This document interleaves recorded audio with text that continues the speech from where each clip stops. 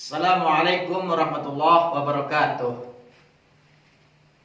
Anak-anak Pak Guru yang Pak Guru cintai, sudah 2 minggu kalian belajar di rumah. Kali ini Pak Guru mencoba untuk mentransfer ilmu, dalam hal ini mata pelajaran PAI Akidah Akhlak, untuk kelas Al-Mulk, Al-Waqiah, kelas Yasin. Perhatikan Pak Guru, nanti Pak Guru akan sedikit memberikan pengarahan sebelum nanti kalian memperhatikan, menyimak video yang Pak Guru akan kirim. Dalam Akidah Akhlak, materinya yaitu sifat tercela. Ada 2 bagian, sifat tercela 1, sifat tercela 2. Pak Guru akan bahas tentang sifat tercela 2 ya. Sifat tercela. Minggu yang lalu Pak Guru sudah mengirimkan artikel tentang kikir dan serakah.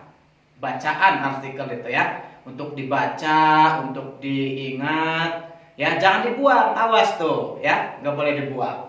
Sifat tercela ada 2, yang kemarin itu kikir, serakah. Nah, kikir nanti Pak Guru akan kirim video tentang kisah kisah Korun. Korun itu hidup di zaman Nabi Musa. Nanti kalian perhatikan ya, apa saja yang kalian temukan, sifat apa yang dimiliki oleh Korun ya. Nanti diperhatikan, dicatat ya. Nah, Pak Guru tidak memberikan tugas ya. Kalian hanya memperhatikan, menyimak tentang bukan sahabat ya, kisah Korun. Kisah Korun, nanti kalian perhatikan apa yang kalian lihat. Apakah di situ ada sifat tercela yang dimiliki Korun? Boleh ditulis. Nah, nanti boleh dikirim ke Pak Guru ya, atau ke guru masing-masing. Demikian pengantar dari Pak Guru. Silahkan kalian simak, silahkan kalian saksikan video tentang kisah Korun yang hidup di masa Nabi Musa. Terima kasih. Assalamualaikum warahmatullahi wabarakatuh.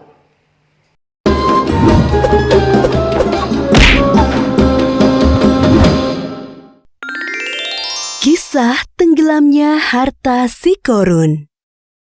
Kisah ini disebutkan dalam Al-Quran Surat Al-Qasas ayat 76-83. Dalam kisah ini, Allah memberikan pelajaran tentang seseorang yang suka membanggakan diri selama hidup di dunia, dan pada akhir hayatnya terkubur bersama harta bendanya.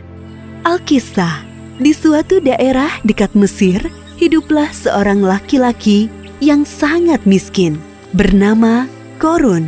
Diketahui bahwa laki-laki ini adalah sepupu Nabi Musa, anak dari paman Nabi Musa yang bernama Yashar, adik kandung Imran, ayah Musa. Suatu hari, Korun dikunjungi oleh seseorang. Ternyata yang datang adalah Nabi Musa. Beliau datang berkunjung untuk menanyakan kabar saudaranya itu. Assalamualaikum warahmatullahi wabarakatuh. Waalaikumsalam warahmatullahi wabarakatuh. Wahai saudaraku, bagaimana kabarmu? Seperti inilah keadaanku, wahai Musa. Aku sangat miskin, sampai-sampai tidak memiliki apapun untuk dimakan. Maukah kau berdoa kepada Allah Subhanahu wa Ta'ala agar memberikanku sedikit harta supaya aku bisa bertahan hidup?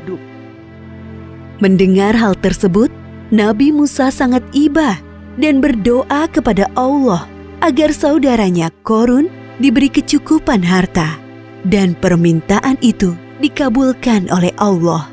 Hari demi hari, kekayaan Korun semakin berlimpah karena ia menguasai ilmu jual beli perhiasan.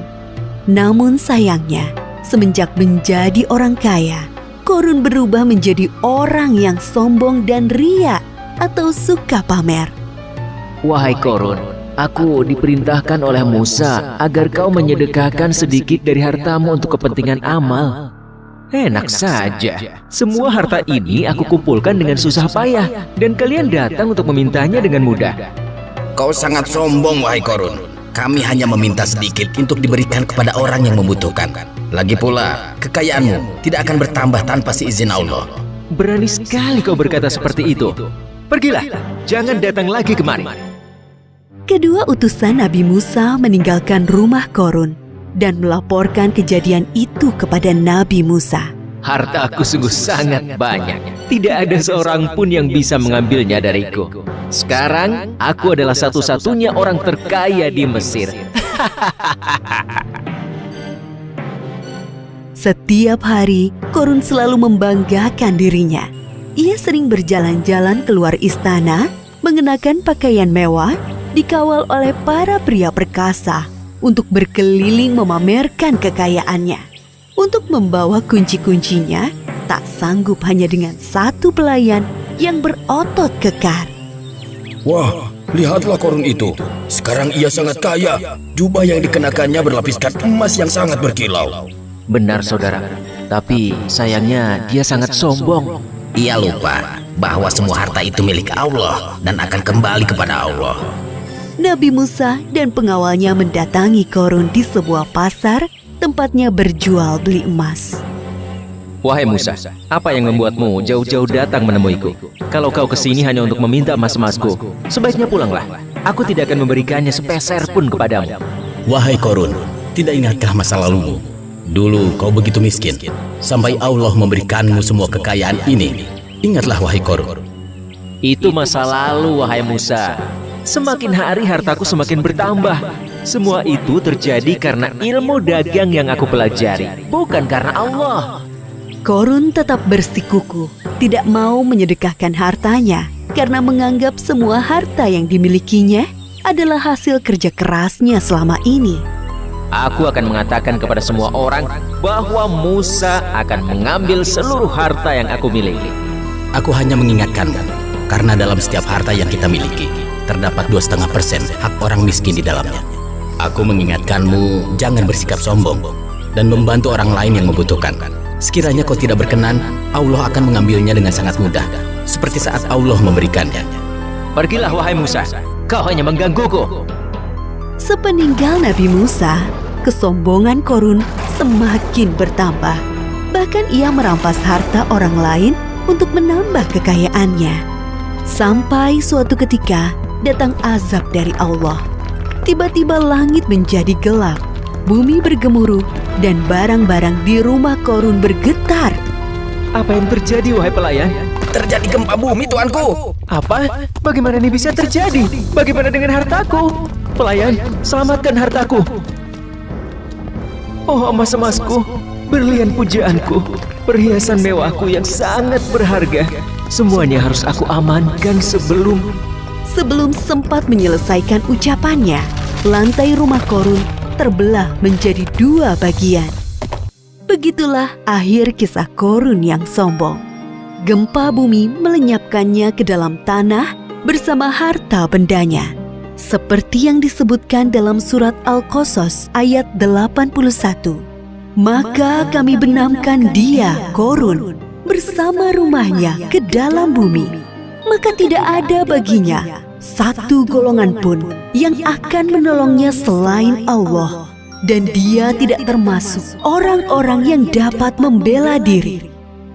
Pelajaran yang dapat kita ambil dari kisah Korun ini, diantaranya, jangan menjadi orang yang suka membanggakan diri. Karena Allah tidak suka orang-orang yang membanggakan diri.